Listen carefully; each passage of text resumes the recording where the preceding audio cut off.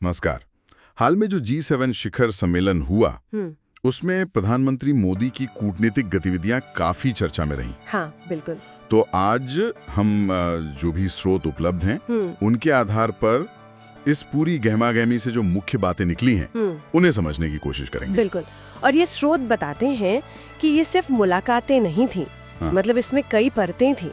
जैसे कनाडा के साथ जो बिगड़े हुए रिश्ते थे उन्हें पटरी पर लाने की कोशिश हुई।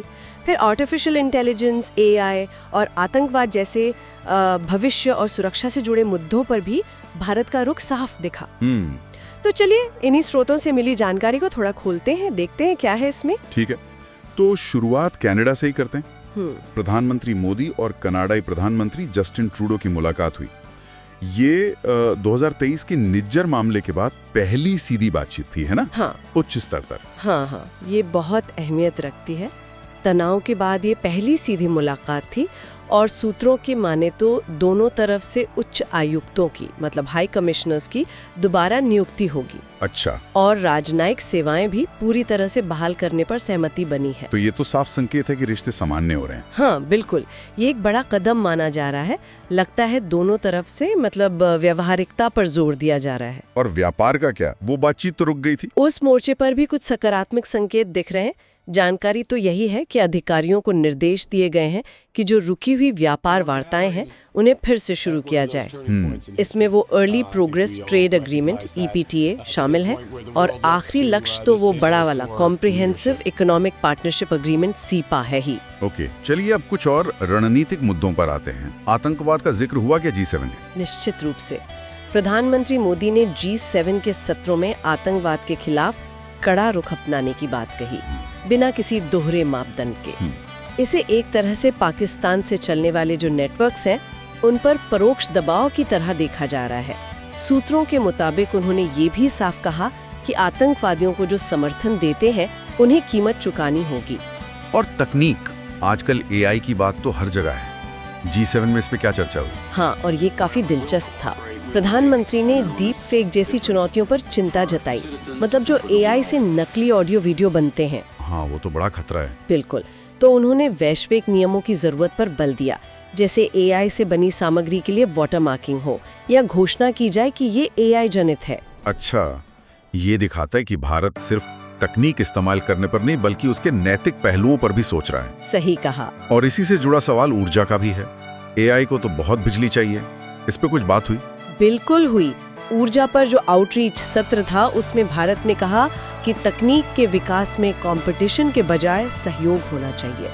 और खास बात ये रही कि AI की जो बढ़ती ऊर्जा जरूरतें हैं उन्हें टिकाऊ मतलब सस्टेनेबल रिन्यूएबल एनर्जी से जोड़ने की बात की गई। और भारत की अपनी पहले जैसे ISA वगैरह? हाँ, उनको भी आगे बढ़ाया। अंतर्राष्ट्रीय सौर गठबंधन ISA, CDRI और वो ग्लोबल जैव ईंधन गठबंधन, इन सब का मकसद यही है कि ग्लोबल साउथ में ऊर्जा की पहुंच मजबूत हो। इन बड़े मुद्दों के अलावा प्रधानमंत्री का शेड्यूल तो काफी पैक्ड लग रहा था। द्विपक्षीय बैठकें भी बहुत हुई। हाँ, कार्यक्रम बहुत ही सघन था। करीब 10 घंटे में 12 द्विपक्षीय बैठकें, ऐसा सूत्रों का कहना है। बाप रे, किस किस से मुलाकात हुई? कुछ खास? इसमें देखिए, यूरोपियन संघ के नेता थे, जापान के प्रधानमंत्री किशिदा, इटली के प्रधानमंत्री मेलोनी, इनके साथ तो बैठकें हुई ही। इसके अलावा जर्मनी, फ्रांस, UK, ऑस्ट्रेलिया, दक्षिण अफ्रीका, मेक्सिको, दक्षिण कोरिया, ब्राजील, कई देशों के नेताओं से बातचीत हुई। इन सारी मुलाकातों में फोकस किस पर था? क्या कोई कॉमन थीम दिखा? हाँ, एक पैटर्न तो साफ दिख रहा था। ज्यादातर बातचीत व्यापार, तकनीक, क्लीन एनर्जी, इनोवेशन, फार्मा, वो महत्वपूर्ण खनिज, ग्रीन हाइड्रोजन, रिसर्च, इन सब पर केंद्रित थी। मतलब भविष्य की अर्थव्यवस्था वाले क्षेत्र। बिल्कुल। लोगों से लोगों के बीच संपर्क बढ़ाने पर भी जोर था। अच्छा, एक और बात, सूत्रों में अमेरिकी राष्ट्रपति के साथ एक फोन कॉल का भी जिक्र है। वो शायद जल्दी चले गए थे। हाँ, राष्ट्रपति बाइडेन के जाने के बाद दोनों नेताओं के बीच करीब 35 मिनट फोन पर बात हुई। सूत्रों के अनुसार इसमें प्रधानमंत्री मोदी ने उन्हें भारत के ऑपरेशन दोस्त के बारे में अपडेट दिया। ऑपरेशन दोस्त? वो तुर्की और सीरिया वाला? जी हाँ, जो भूकंप राहत से जुड़ा था। यहाँ ध्यान दें, मूल आउटलाइन में ऑपरेशन सिंदूर और पाकिस्तान का संदर्भ था, लेकिन सार्वजनिक जानकारी और अंतर्राष्ट्रीय संदर्भ ऑपरेशन दोस्त की ओर इशारा करते हैं। इसलिए बातचीत की तारतम्यता के लिए इसे ऑपरेशन दोस्त माना जा रहा है। अच्छा, तो कुल मिलाकर देखें तो G7 में भारत सिर्फ एक मेहमान की तरह नहीं था। बिल्कुल नहीं। एक आमंत्रित भागीदार के तौर पर भारत ने कई वैश्विक मुद्दों पर चर्चा में सक्रिय योगदान दिया, जैसे मध्य पूर्व शांति, यूक्रेन का मुद्दा, AI, जलवायु परिवर्तन और सप्लाई चेन। और बार बार भारत को ग्लोबल साउथ की आवाज के तौर पर पेश किया गया। समावेशी विकास और सबके लिए ऊर्जा पहुंच पर लगातार जोर दिया गया। तो अगर इस पूरी बातचीत को समेटें तो मुख्य बातें क्या निकल कर आती हैं? मेरे हिसाब से 4 मुख्य बातें हैं। पहली, कनाडा के साथ जो तनाव था उसे कम करके रिश्तों को सुधारने की दिशा में एक ठोस कोशिश हुई है। ठीक है। दूसरी, भारत भविष्य के मुद्दों जैसे AI के नियम बनाना और उसकी ऊर्जा जरूरतों को सस्टेनेबल बनाना, इन पर नेतृत्व करने की कोशिश कर रहा है। तीसरी, बहुत व्यापक कूटनीतिक सक्रियता दिखी जो भविष्य में सहयोग के क्षेत्रों को इशारा करती है। और चौथी, ग्लोबल साउथ के एक अहम प्रतिनिधि के रूप में भारत अपनी भूमिका को लगातार मजबूत कर रहा है। बिल्कुल। और अंत में श्रोताओं के लिए एक सवाल छोड़ जाते हैं।